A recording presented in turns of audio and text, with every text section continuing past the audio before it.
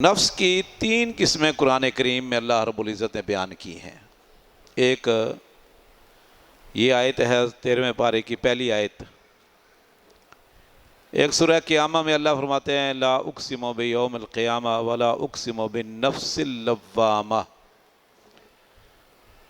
کہ میں قسم کھاتا ہوں نفس لوامہ کی۔ جو پہلا نفس ہے یہ نفس امارہ بالسوء، یہ شر ہی ہوتا ہے، اس میں خیر بہت کم ہوتی ہے۔ یہ وہ لوگ ہیں جو اپنے نفس کی اصلاح نہیں کرتے، نفس کا تزکیہ نہیں کرتے، نفس کو پاک نہیں کرتے، ہمیشہ بری سوسائٹی میں، بری مجلس میں، برے ماحول میں، ہاں جی، اور بہت کم ہی اپنی اصلاح کی طرف توجہ دیتے ہیں۔ تو ان کا نفس جو ہے یہ اتنا عادی ہو جاتا ہے گناہ کا کہ یہ پھر بندے کو گناہ پر ابھارتا ہے، شر پر ابھارتا ہے۔ میرے اور آپ کے پیغمبر، قائد، رہبر، رہنما محمد الرسول اللہ صلی اللہ علیہ وسلم ہر خطبہ جمعہ میں، عیدین میں اللہ کی حمد و ثنا بیان کرنے کے بعد کیا فرمایا کرتے تھے؟ وَنَعُوذُ بِاللَّهِ مِن شُرُورِ أَنفُسِنَا وَمِن سَيِّئَاتِ أَعْمَالِنَا، اے اللہ ہمیں ہمارے ہی نفس کے شر سے محفوظ فرما۔ یعنی انسان کا، میرا اور آپ کا سب سے پہلا دشمن، بڑا دشمن تو ہمارے اندر ہے، وہ تو ہمارا نفس ہے۔ ابلیس بھی ہے، شیطان بھی ہے، انسان بھی ہے، دشمن ہے۔ پہلا دشمن تو نعوذ باللہ من شرور انفسنا، جس میں اللہ کے نبی صلی اللہ علیہ وسلم پناہ مانگتے تھے اللہ کی، حالانکہ اللہ کے نبی صلی اللہ علیہ وسلم وہ ہستی ہیں، وہ ذات ہیں کہ 2 بار آپ کا دل باہر نکال کر زمزم کے پانی سے سونے کے تست میں جبریل علیہ السلام نے دھویا، صحیح بخاری کی حدیث ہے۔ اور پھر اس میں حکمت بھر کے اندر رکھ دیا دل، نفس، حکمتیں بھر کر، وہ ہستی نعوذ باللہ من شرور انفسنا۔ تو ہم کہتے ہیں جی ہم تو پاک صاف ہے سارا کچھ کر کے بھی تو پہلا یہ ہے۔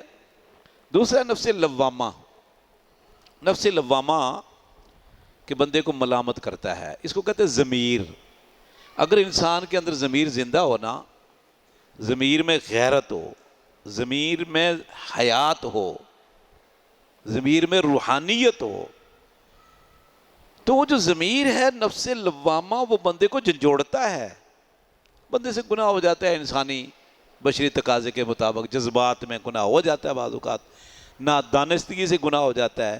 تو یہ جو نفس لوامہ ہے نا، جو ضمیر میں حیات اور زندگی ہوتی ہے، یہ بندے کو جھنجھوڑتا ہے۔ یہ اس کو کہتا ہے بھائی یہ کیا کیا تو نے؟ اللہ کو کیا منہ دکھائے گا؟ اللہ کے سامنے کیسے کھڑا ہوگا؟ تو یہ ضمیر ملامت کرتا ہے، اس کو کہتے ہیں اس کا ضمیر زندہ ہے۔ تو کئی لوگوں کا ضمیر مردہ ہوتا ہے۔ جب ضمیر مردہ ہو جائے نا تو پھر نفس لوامہ بالسوء ہو جاتا ہے، نفس امارہ بالسوء، نفس امارہ بالسوء۔ تو نفس لوامہ جس بندے کے اندر ہو اس میں بڑی خیر ہے۔ اس سے اگلا درجہ ہے نفس مطمئنہ، یا ایتھا النفس المطمئنہ ارجعی الی ربک راضیۃ مرضیہ فادخلی فی عبادی وادخلی جنتی۔ تو یہ نفس مطمئنہ بڑا دین کے اوپر، خیر کے اوپر، ایمان پر، اسلام پر، رب کی محبت پر، رسول اللہ صلی اللہ علیہ وسلم کی محبت پر، آخرت کے یقین، عقیدے پر بڑا مطمئن ہوتا ہے، نیکی کر کے بڑا اطمینان، بڑا سکون، بڑی راحت ہوتی ہے۔ گناہ سے اس کو شدید نفرت ہوتی ہے نفس مطمئنہ کو، اور یہ جس کو اللہ عطا کر دے اس کو بہت بڑا درجہ مل گیا۔ اللہ اکبر۔ یہ جو سورہ یوسف ہے نا، کچھ چیزیں میں نے کل بیان کر دی، آج صرف 1-2 چیزیں بیان کرتا ہوں آخر میں۔ سورہ یوسف آپ جانتے ہیں مکی ہے۔ اس کی ابتدا میں اللہ فرماتے ہیں کہ یوسف علیہ السلام اور ان کے بھائیوں میں سوال کرنے کے والوں کے لیے بڑی نشانیاں ہیں، بڑے سبق ہیں، بڑے پروف ہیں۔ کیا ہیں؟ آپ جانتے ہیں نبی کریم صلی اللہ علیہ وسلم کو مکہ میں بڑا ستایا گیا، بڑا تنگ کیا گیا، عرصہ حیات تنگ کر دیا گیا، اپنے بیگانے حسد، بغض، ملامت، طعن و تشنیع، راستے سے ہٹانے کے منصوبے، قتل کی سازشیں ہیں جی ہوتی رہی نا، ابلیس بھی شریک ہوتا رہا۔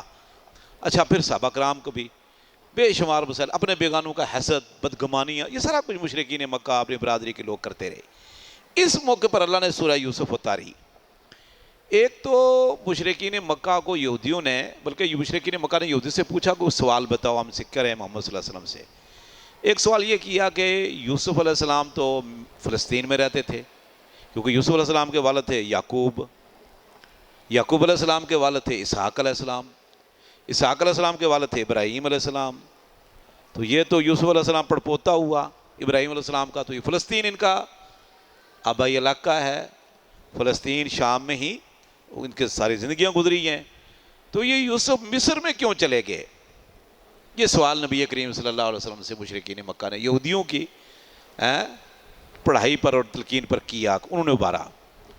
اللہ رب العزت نے پورا واقعہ یوسف علیہ السلام کو بچپن میں خواب آیا، ابا کو بیان کیا، ابا نے کہا بھائیوں کو نہیں بیان، بھائیوں نے سازش کی، کنویں میں ڈالا، قافلے والے مصر والے کوئی جا رہے تھے مصر چلے گئے، پھر وہ پھر عورت نے ورغلایا، پھر جیل میں چلے گئے، پھر جیل میں تبلیغ کرتے رہے، توحید کی تبلیغ کی، پھر جیل سے بادشاہ کو خواب آیا، پھر خواب بادشاہ نے کہا، تو ایک بندے نے کہا جو نجات پا گیا تھا کہ جی جیل میں ایک بندہ پڑا ہے خواب بتائے گا، تعبیر بڑی زبردست بتاتا کہ جب پوچھ کے آؤ، پوچھ کے آیا تو اس نے کہا یار زبردست بندہ ہے، کوئی حکیم دانا بڑائی فہم و فراست والا، آپ نے جیل لے کے آؤ۔ بہرحال یوسف علیہ السلام نے کہا پہلے مجھے میری برات ہونی چاہیے، تو پھر یوسف علیہ السلام بادشاہ کے پاس چلے گئے، پھر وزیر خزانہ بن گئے، پھر اس کے بعد سارے مصر کے بادشاہ بن گئے۔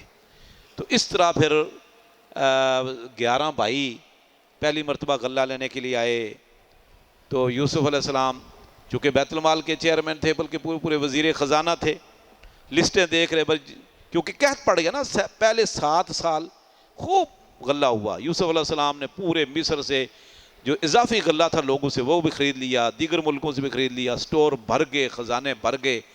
قحط پڑ گیا اگلے 7 سال، مصر میں بھی قحط پڑ گیا، فلسطین میں، شام میں قحط پڑ گیا، لوگ بھوکے پیاسے، مصر میں غلہ سستا اور شام فلسطین میں بہت مہنگا ہو گیا۔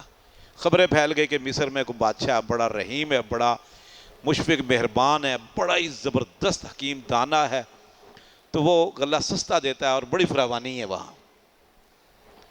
تو یعقوب علیہ السلام نے اپنے بیٹوں کو کہا جی بیٹا تم بھی جاؤ مصر سے خرید کر لاؤ۔ بھائی آ گئے، بھائی آئے تو یوسف علیہ السلام نے کہا تھا بھائی کہ لسٹیں بنوائی ہوئی تھیں، یہاں ہوتا نا کہ کراچی میں غلہ تقسیم کیا راشن پچھلے دنوں 11 بندے مر گئے، یہ ایسے بدبخت ہے۔ سندھ میں سیلاب کے دوران 100 روپیہ 500 روپیہ ایک وزیر تقسیم کر رہا ہے، لوگ ایک دوسرے کا اودم مچا ہوا ہے کہ دکم پیل ہے، بدتمیزی، بد اخلاقی، دیکھا نہیں آٹے کی خاطر کتنے لوگ مر گئے ہیں ٹرک کے پیچھے دوڑ دوڑ کے۔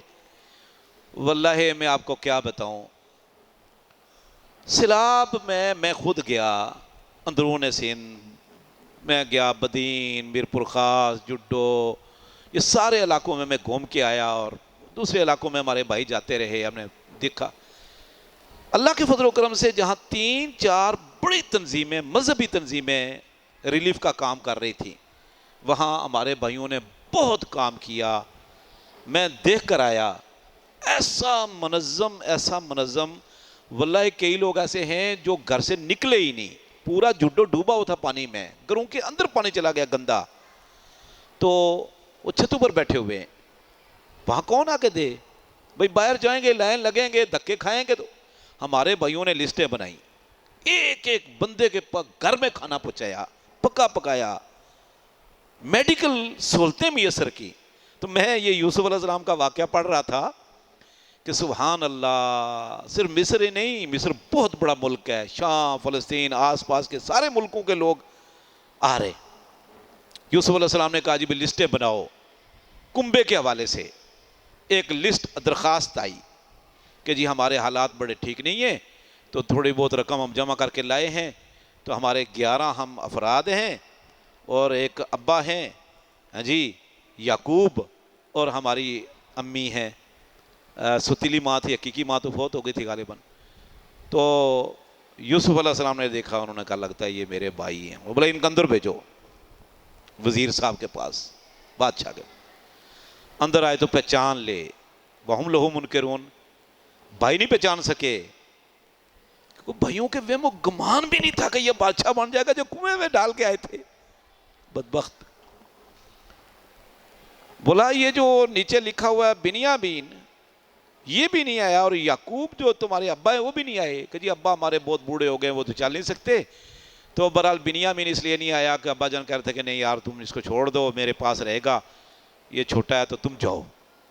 بولا اگلی مرتبہ آئے نا بنیامین کو ساتھ لے کے آنا، تو اس کا راشن بھی آپ کو ملے گا۔ ایک اونٹ ایک فرد کو دیتے تھے، اونٹ کا غلہ، یعنی یوسف علیہ السلام نے ان کی رقم بھی ان کے واپس کروا دی، سامان میں رکھ دی، بھائی کا سامان بھی دے دیا، کہ ایسا نہ ہو کہ اگلی مرتبہ آئیں نہ کہیں کہ بھائی پیسے ہی نہیں، چلو کم از کم پیسے تو ہوں گے، آئیں گے۔ اگلی مرتبہ بھائی کو لے کر آ گئے۔ یوسف علیہ السلام نے ایک بہانے سے بھائی کو رکھ لیا، بڑا لمبا واقعہ میں مختصر کرتا ہوں۔ بھائی کو رکھ لیا، بڑا بھائی کہنے لگا یار بڑا وعدہ کر کے ابا جان سے لائے تھے، پہلا بھائی یہ گم ہو گیا، یہ بھیج نہیں رہے تھے، بڑا ہی وعدہ کیا، بڑا وعدہ کیا، اب یہ بادشاہ نے روک لیا، چوری ہو گئی ہے، ہیں تو میں تو نہیں منہ دکھا سکتا باپ کو، تم جاؤ میں یہیں رہتا ہوں، میں کوئی اس کی رہائی کی صورت نکالتا ہوں، کوئی میں تو یہیں رہوں گا یا یہیں مر جاؤں گا۔ خیر بھائیوں نے جا کر، اچھا جب وہ چوری کا واقعہ ہونا تو بھائیوں نے کہا کہ اگر اس نے چوری کی نا بنیامین نے، تو اس کے بھائی نے اس سے پہلے چوری کی تھی۔ اللہ فرماتے ہیں یوسف علیہ السلام نا ضبط صبر کر کے، بڑے بردبار اور تحمل مزاج تھے، اور دل میں کہا کہ بڑا برا کام تم کر رہے ہو، بہرحال بولے نہیں یوسف علیہ السلام، بولا ٹھیک ہے آپ جاؤ اور یہ یہیں رہے گا، اس نے چوری کیا، تم نے خود کہا ہے کہ جس نے چوری کی، جس کے سامان سے سامان برآمد ہوگا، بادشاہ کا پیالہ، وہ آپ کا غلام ہوگا، تو میرا پیالہ تھا تو میرا تو یہ غلام ہے، چلو میں اس کو اپنے ساتھ رکھوں گا۔ چلو جی، اس طرح اپنے بھائی کو رکھ لیا، بڑا بھائی ویسے ادھر رہ گیا مصر میں۔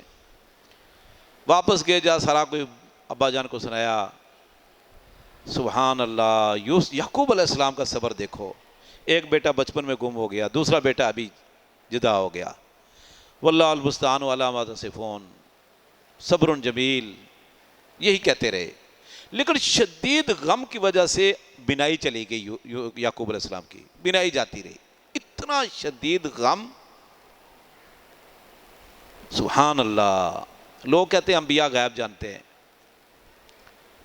اگر یہ یعقوب علیہ السلام کو پتہ ہوتا کنویں میں آیا تو کتنی دیر، پتہ نہیں کتنی پوری رات کنویں میں رہے ہیں، قافلہ کب آیا، تو کون اپنے بچے کو کنویں میں چھوڑتا ہے یار، بیچ میں بچھو، سانپ، پانی، کیچڑ، اندھیرا بہت نیچے تھا، کہ کنویں والے آئے قافلے والے تو بالٹی لٹکائی نہیں تھے، نہیں پتا کہ پانی ہے کیا ہے، بھاری لگی تو وہ خوش ہوئے کہ پانی آ گیا، بس دیکھا تھا آدھا غلام، یہ تو بچہ ہے بھائی بڑا خوبصورت۔ اگر پتا ہوتا کہ میرے بیٹے کو، یار پہلے ہی پتا ہوتا نا یہ لے جا کے تو پھینک آئیں گے کنویں میں، کہتے مجھے پتا ہے لے کے جا رہے ہو کنویں میں پھینک کے آئے ہو، یا جب کہتے کہ بھئی ہم اس کو بھیڑیا کھا گیا تو بولتے بھیڑیا کہاں کھا گیا، مجھے پتا ہے وہ کنویں میں، بھیجتے کسی کو نکال کے لیا ہیں، یا کم از کم بعد میں کہتے ہو جو تم کہتے یہ یوسف ہے مصر میں بادشاہ بنا ہوا ہے، ایک مرتبہ گئے، دوسری مرتبہ گئے، تیسری مرتبہ گئے، اللہ اکبر، صبر اتنا، اللہ پر بھروسہ، کہتے ہیں یا بنی اذهبوا فتحسسوا من یوسف واخیہ ولا تیأسوا من روح اللہ، بیٹھ جاؤ یوسف کو اور اس کے بھائی کو تلاش کرو، اللہ کی رحمت سے مایوس نہ ہونا، اللہ کی رحمت سے مایوس وہی ہوتے جو کافر ہوتے ہیں، دیکھو مایوسی نہیں پھر بھی، سبحان اللہ۔ تیسری مرتبہ بھائی چلے گئے تلاش کرنے، بنیامین کو دیکھنے، بڑے بھائی کو دیکھنے، چھوٹے بھائی کو تلاش کرنے کہ مصر میں ہی ہوگا، لیکن چلو کہ آگے غلہ بھی لیتے آتے ہیں، کہاں جو پڑا ہوا تھا۔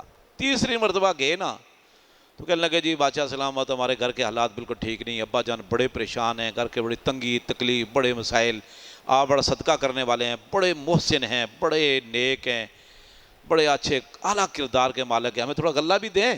تو یہ بھائی ہے ہمارا، تو ذرا اس کا بھی ہم ابا جان بڑے پریشان ہیں۔ تو انہوں نے کہا ہے تمہیں پتہ ہے ما فعلتم یوسف، یوسف کے ساتھ کیا کیا تھا؟ ایک دم چونکے، ہیں انک لانت یوسف، آپ یوسف ہو؟ قال انا یوسف وذا اخی، ہاں جی اب بیچارے گھبرا گئے، یا تو بھائی ہے، بادشاہ بنا ہوا ہے، کنویں میں بھی پھینکا، چوری کا الزام بھی لگایا، بنیامین کو بھی ستایا، شکایتیں سال پورا لگائی ہوں گی ہماری، اب تو نہیں چھوڑے گا۔ یوسف علیہ السلام نے کہا نہیں یار، لا تثریب علیکم اليوم انتم، آزاد ہو جاؤ، آزاد ہو جاؤ۔ تو یہ جو میں نے شروع میں بتایا نا کہ یہ مکہ میں صورت نازل ہوئی، کیا نشانیاں تھی یوسف علیہ السلام کے واقعہ میں بھائیوں میں؟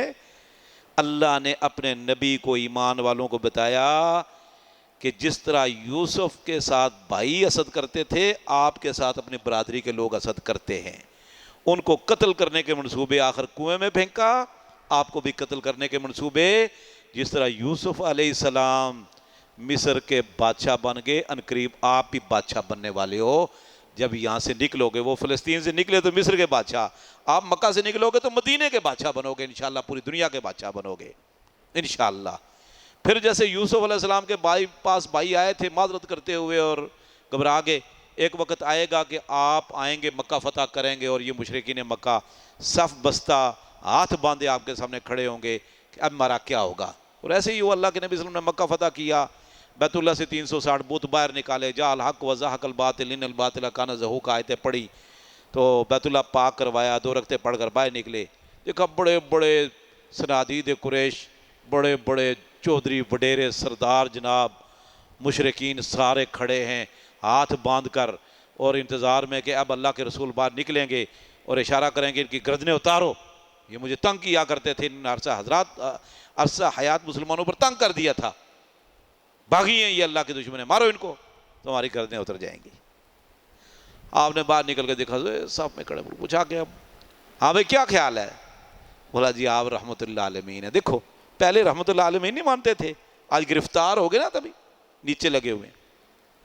آپ نے فرمایا لا تثریب علیکم اليوم، میں آج آپ کے بارے میں وہی کہہ رہا ہوں جو یوسف علیہ السلام نے اپنے بھائیوں سے کہا تھا، لا تثریب علیکم اليوم، کوئی پکڑ دکڑ نہیں، کوئی مواخذہ نہیں، جاؤ آزاد ہو۔ کہاں یوسف علیہ السلام کا ابتدا سے لے کر آخری واقعہ کے پھر راشن لے کر بھائی چلے گئے، پھر کہا جی کہ آ جاؤ سارے میرے پاس مصر، پھر 11 بھائی آ گئے، ابا امی آ گئے، پھر سبحان اللہ۔ تو یوسف علیہ السلام نے کہا ابا جان یہ خواب کی تعبیر ہے جو وہ بچپن میں نے دیکھا تھا۔ اب خواب کب دیکھا؟ تقریباً میں سمجھتا ہوں 40 سال میں نبوت ملتی ہے، میرا خیال ہے کہ بچپن بھی بادشاہ کے پاس گزرا، عزیز مصر کے پاس، جیل میں 5-6 سال رہے، 7 سال خوب بارش کے، 7 سال قید، 14 سال تو یہ ہو گئے، تو کم از کم میرا خیال ہے کہ 25-30 سال بعد جا کے تعبیر ہوئی۔ ہم تو کہتے ہیں آج خواب دیکھا صبح تعبیر آ جائے۔ بہرحال یہ جو واقعہ اللہ نے پورا بیان کیا نا، پورا یوسف علیہ السلام کا، اس کے بیان کرنے کے بعد اللہ نے کیا فرمایا؟ ذَلِكَ مِنْ أَنْبَاءِ الْغَيْبِ نُوحِيهِ إِلَيْكَ وَمَا كُنْتَ لَدَيْهِمْ إِذْ أَجْمَعُوا أَمْرَهُمْ، یہ سب غیب کی خبریں ہیں، میں آسمانوں سے آپ کو بدریہ وحی کے بتا رہا ہوں، آپ وہاں بالکل موجود نہیں تھے جب یہ منصوبے بنا رہے تھے، اجمعوا امرہم، میٹنگیں کر رہے تھے یوسف تجھے ہیں جی قتل کرنے کے لیے اور جان چھڑانے کے لیے، وہم یمکرون، اور جب یہ مکر کر رہے تھے آپ موجود نہیں تھے، میرے محبوب پیغمبر یوسف علیہ السلام کے متعلق جو کہہ رہے تھے آپ وہاں موجود نہیں تھے۔ یہ سب ہم غیب کے ذریعے بتا رہے ہیں، یعنی یہ تاکہ سب مشرکین مکہ کو پتہ چل جائے کہ محمد رسول اللہ صلی اللہ علیہ وسلم کو خود اس واقعہ کا نہیں پتا تھا، تو ایسا باریکی کے ساتھ مینوان بتایا تو یہ اللہ نے ہی بتایا ہے، ورنہ کسی کو کیا پتا۔ جیسے پچھلی صورت میں آپ نے پڑھا نا، پچھلے پارے میں 11ویں میں اللہ رب العزت نے تقریباً 4-5 صورتیں جیسے کل میں نے بیان کی، وہ بیان کرنے کے بعد کیا فرمایا؟ کہ تل کا، اچھا یہاں ہے ذالک من انباء الغیب نوحیہ الیک، وہاں ہے سورہ ہود میں تلک من انباء الغیب نوحیہ الیک. یہ سب ہود علیہ السلام، صالح علیہ السلام، نوح علیہ السلام، بچے کے ساتھ مکالمہ، کشتی کا آنا، پھر ان کو غرق ہونا، پھر یہ سارے، پھر ابراہیم علیہ السلام، ہاں جی وہ بشارت دینا، لوط علیہ السلام کا واقعہ باریکی کے ساتھ من و عن، جیسے کوئی چشم دید بتاتا ہے. تلک من انباء الغیب نوحیہ الیک، یہ سب غیب کی باتیں ہم آپ کو بتا رہے ہیں. وما كنت تعلمها انت ولا قومك، نہ آپ کو پتا تھا نہ آپ کی قوم مشرکین مکہ کو پتا تھا. یہ ہم بتا رہے ہیں، یہ ہم سب آپ کو بتا رہے ہیں. تو اس کا مطلب ہے آپ سچے نبی ہیں، برحق نبی ہیں، اور قرآن برحق ہے، یہ اللہ آپ کو بتا رہا ہے. تو یہ کیوں آپ کو نبی نہیں مانتے؟ کیوں قرآن کریم کو آسمانی کتاب نہیں مانتے؟ جبکہ ان کے باپ دادا پردادا کو بھی ان واقعات کا نہیں پتا تھا جو آپ بتا رہے ہو، اور آپ کسی اسکول میں، مدرسے میں، ٹیوشن سینٹر میں بھی نہیں پڑھے. تو پھر اس کا مطلب ہے خالق کائنات، مالک ارض و سما آپ کو بتا رہا ہے. آپ اس کے شاگرد ہو، آپ اس کے پیغمبر ہو، آپ اس کے میسنجر ہو، آپ خالق کائنات کے مخلوق کی طرف سفیر ہو. تو اللہ تو آپ کو بتا رہا ہے جگہ جگہ، اس لیے فرمایا. بہرحال اس کے بعد سورہ رعد ہے. رعد کہتے ہیں گرج، چمک، گرج کو. سورہ رعد میں نا اللہ رب العزت نے تقریباً اکثر ہی زمین و آسمان کی تخلیق، آسمانوں کا بغیر ستون کے قائم ہونا، اور اسی طرح سورج چاند ستارے، پھر موسم چاروں، پھر دریا، پہاڑ، پھر مختلف قسم کے میوے ایک سے ایک بڑھ کر، زمین ایک، پانی ایک، ذائقہ الگ الگ، رنگ الگ الگ، حجم الگ الگ، ہاں جی خوشبوئیں الگ الگ، ہر چیز الگ. اس کا اللہ رب العزت نے بڑا تذکرہ کیا ہے سورہ رعد کے اندر. تقریباً پوری صورت اس سے بھری پڑی ہے سوائے 2-3 چیزوں کے. یہ کیوں اللہ نے بیان کی؟ دراصل اللہ کی وحدانیت پر یہ کائنات کا وجود زبردست دلیل ہے، زبردست دلیل ہے. اللہ نے 2 قسم کی دلیل نکالی ہیں کائنات کے وجود سے، کہ یہ ساری چیزیں کیسے بن گئیں خود بغیر کسی کے بنانے کے. اس کا مطلب ہے ان کو بنانے والا کوئی ہے. آسمان بغیر ستون کے قائم کرنے والا، دائم رکھنے والا کوئی ہے. سورج چاند ستارے مدار میں گھوم رہے ہیں، سپیڈ سے ٹکراتے نہیں، کوئی چلانے والا ہے، کوئی ان کا ٹریک مقرر کرنے والا ہے، کوئی ان کو ضیاءپاشی دینے والا ہے. وہ کون ہے؟ وہ اللہ رب العزت ہے، وہ خالق کائنات ہے. یہ ساری مثالیں بیان کر مشرکین مکہ کو بتایا کہ یہی خالق ہے، یہی مالک ہے. دوسری دلیل ان سے کیا نکلی کہ جب اللہ خالق ہے، مالک ہے، اس کے بغیر یہ چیزیں خود بخود نہیں بن سکتی. تو پھر تم مر کر بھی زندہ ہو گئے، کہ جو اللہ اتنی عظیم چیزیں پہلی مرتبہ تمہیں پیدا کیا، تمہارے باپ دادا کو پیدا کیا، پانی کے قطرے سے پیدا کیا، تو اس کے لیے تمہارے مرنے کے بعد دوبارہ بنانا آسان ہے. اور ویسے بھی انسان کی عقل بھی یہ کامن سینس کی بات ہے، بندے کے لیے پہلی مرتبہ کوئی چیز بنانی مشکل ہوتی ہے، دوبارہ بنانی آسان ہوتی ہے. تو اللہ فرماتے ہیں جس نے پہلی مرتبہ سارا کچھ بنا دیا تو تمہیں مرنے کے بعد کیوں زندہ نہیں کرے گا؟ زندہ کرے گا، تمہارا حساب کتاب ہوگا. اس کے مشرکین مکہ منکر تھے. تو اللہ نے یہ ساری کائنات کا وجود، عجائبات، مخلوقات، اس ساری سے دلیل اپنی وحدانیت پر، خالقیت پر، باری ہونے پر لی، اور پھر کہ تم نے مر کر بھی زندہ ہونا. کیونکہ اس میں بارش کا ذکر بھی ہے کہ بارش برتی ہے، زمین زندہ ہو جاتی ہے، کذالک تخرجون. اس کے بعد سورہ ابراہیم ہے. سورہ ابراہیم کی 2 چیزیں آپ کے سامنے مختصراً بیان کرتا ہوں. ایک تو اللہ رب العزت نے کلمۃ طیبہ کی مثال دی. الم تر کیف ضرب اللہ مثلا کلمۃ طیبہ کشجرۃ طیبہ اصلها ثابت وفرعها فی السماء تؤتی اکلہا کل حین باذن ربہا. فرمایا تم جانتے نہیں کلمۃ طیبہ کی مثال کیا مثال ہے؟ کلمۃ طیبہ کی کشجرۃ طیبہ، پاکیزہ درخت کی طرح ہے کلمۃ طیبہ. کلمۃ طیبہ اسلام، ایمان، عقیدہ، سمجھ آ رہی ہے؟ کتاب و سنت، منہج صحیح کا شجرۃ طیبہ، یہ پاکیزہ درخت کی طرح ہے. اصلها ثابت، جس کی جڑیں زمین میں مضبوط ہیں، وفرعها فی السماء، اور شاخیں آسمان کی طرف جا رہی ہیں. تؤتی اکلہا کل حین، یہ سدا بہار پھل دیتا ہے، اس پہ خزاں اثر انداز نہیں، موسمی تغیرات اثر انداز نہیں ہوتے. تو اللہ رب العزت نے یہاں ایمان کو، عقیدے کو تشبیہ دی ہے درخت کی جڑوں کے ساتھ. جس طرح جڑ نظر نہیں آتی، عقیدہ نظر نہیں آتا، ایمان نظر نہیں آتا، نیت نظر نہیں آتی، ارادہ نظر نہیں آتا. سمجھ آ رہی ہے؟ ہاں البتہ درخت کی شاخیں نظر آتی ہیں، پھل نظر آتا ہے، شاخیں آسمان کی طرف جاتی ہیں. انسان کا عمل، ابھی میں درس دے رہا ہوں، میرا وجود نظر آ رہا ہے، ہم بیٹھے ہوئے درس سن رہے نظر آ رہا ہے، نماز پڑھتے ہوئے، حج کرتے ہوئے، عمرہ کرتے ہوئے، قربانی کرتے ہوئے، نیکی کرتے ہوئے بندہ نظر آتا ہے. تو شاخوں سے، اعمال کو تشبیہ دیا شاخوں سے، عقیدے کو تشبیہ دیا جڑ سے. تو جس طرح درخت میں جڑ کی اہمیت ہے، اس طرح اسلام میں، دین میں عقیدے کی اہمیت ہے. جڑ سوکھ جائے تو درخت سوکھ جاتا ہے. جڑوں کو پھیلنے پھولنے کی جگہ ملے، جڑوں کی ابیاری ہوتی رہے، جڑوں کو خوراک ملتی رہے تو درخت پھیلتا پھولتا ہے. جڑوں کی ابیاری نہ ہو، نگہداشت نہ ہو، پھیلنے پھولنے کا جگہ نہ، موقع نہ ملے، درخت سوکھ جاتا ہے. عقیدے کی ابیاری کیا ہے؟ یہ قرآن اور حدیث. اب دیکھو نا کیسے ایمان تازہ ہو رہا ہے. آپ نے قرآن سنا، آپ نے نماز پڑھی، اللہ اللہ کیا، ایمان تازہ ہو رہا ہے. تو ایمان کی تازگی، ایمان کی روحانیت، ایمان کی غذا کتاب و سنت ہیں، قرآن اور حدیث ہے، اللہ اور اس کے رسول کا فرمان ہے. یہ عقیدے کی غذا ہے. تو اسی طرح جڑ سوکھ گئی، عقیدہ، درخت ختم، عقیدہ ختم، عقیدے میں دراڑ آ گئی، عقیدے میں خرابی آ گئی، عقیدے میں شرک آ گیا، منہج غلط ہو گیا، ایمان گیا، اعمال گئے، ختم. ہاں البتہ درخت کی شاخ کٹ جائے، سوکھ جائے، ٹوٹ جائے، درخت نہیں سوکھتا. کوئی اعمال میں کمی ہو جائے، ایمان میں کمی ہو جاتی ہے، نقص آ جاتا ہے، ہاں جی، لیکن ایمان ختم نہیں ہوتا، ختم نہیں ہوتا. پھر آگے فرمایا توتی اکلا کل حین باذن ربہا. ایمان کا پھل سدا بہار. ایمان ایک ایسی چیز ہے جس کی لذت ہوتی ہے، طمانینت ہوتی ہے، اس کا پھل ہوتا ہے، انسان اس کے پھل کو استعمال کرتا ہے، ساری مخلوق کو فائدہ ہوتا ہے. دیکھو نا، اگر پاکستان کے اندر مسلمان مومن بن جائیں، یہ صحیح معنی میں ایمان لے آئیں، اللہ کی قسم بہاریں آ جائیں گی، بہاریں آ جائیں گی.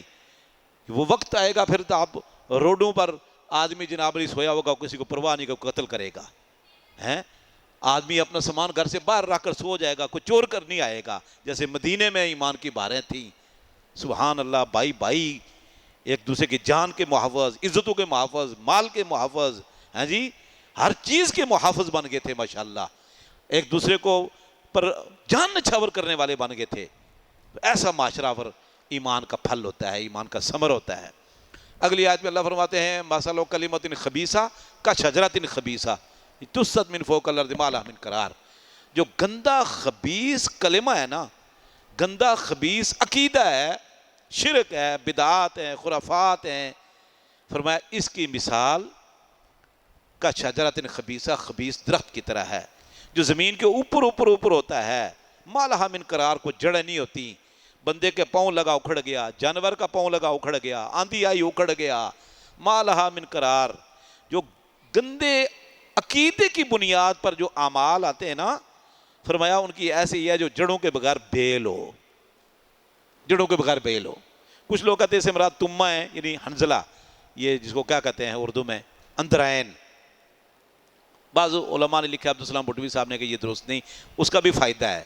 لیکن کلمۃ خبیثہ، گندا عقیدہ، گندا منہج، شرک، یہ شجرہ خبیثہ کی طرح جس کا کوئی فائدہ نہیں.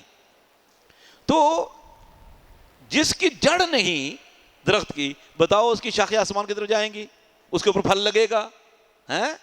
تو نیچے اگر آپ مٹی ڈال دیں، گارا ڈال دیں، سیمٹ کی جگہ یا تھوڑا سیمٹ ڈالیں، سریا بالکل کم ڈالیں، تو اوپر کوئی 100 منزلہ بلڈنگ بھی قائم کر لیں، کھڑی رہے گی؟ نہیں رہے گی. بنیاد مضبوط کر لیں، 1000 منزلہ بنا لیں، مضبوط ہوگی. تو کلمہ خبیثہ کا شجر جس کی جڑ ہی کوئی نہیں، بنیاد میں عقیدہ ہی نہیں، منہج ہی نہیں، گندا نظریہ، گندی سوچ کی کوئی جڑ ہی نہیں. یثبت اللہ الذین آمنوا بالقول الثابت فی الحیات الدنیا وفی الآخرہ. اللہ فرماتے ہیں اللہ تعالیٰ ثابت قدم رکھتا ہے ایمان والوں کو، اللہ پر یقین کرنے والوں کو. یثبت اللہ الذین آمنوا بالقول الثابت فی الحیات الدنیا وفی الآخرہ. دنیا میں بھی اور قبر میں بھی، دنیا میں بھی اور قبر میں بھی. یعنی جن کا عقیدہ مضبوط ہوتا ہے, جن کی جیسے عقیدہ پختہ ہوا, جس طرح درخت کی جڑیں مضبوط ہیں, اس کو کوئی نہیں ہلا سکتا, کوئی نہیں اکھیڑ سکتا, اس طرح جس کا عقیدہ مضبوط ہے, ایمان مضبوط ہے, نیت خالص ہے, اور طریقہ رسول اللہ صلی اللہ علیہ وسلم کا ہے, اللہ تعالیٰ اس کو دنیا میں بھی ثابت قدم رکھتا ہے, اور پھر آخرہ اور قبر میں بھی سوال و جواب میں بھی انشاءاللہ وہ پاس ہو جائے گا. اللہ تعالیٰ دین کو سمجھنے اس پر عمل کرنے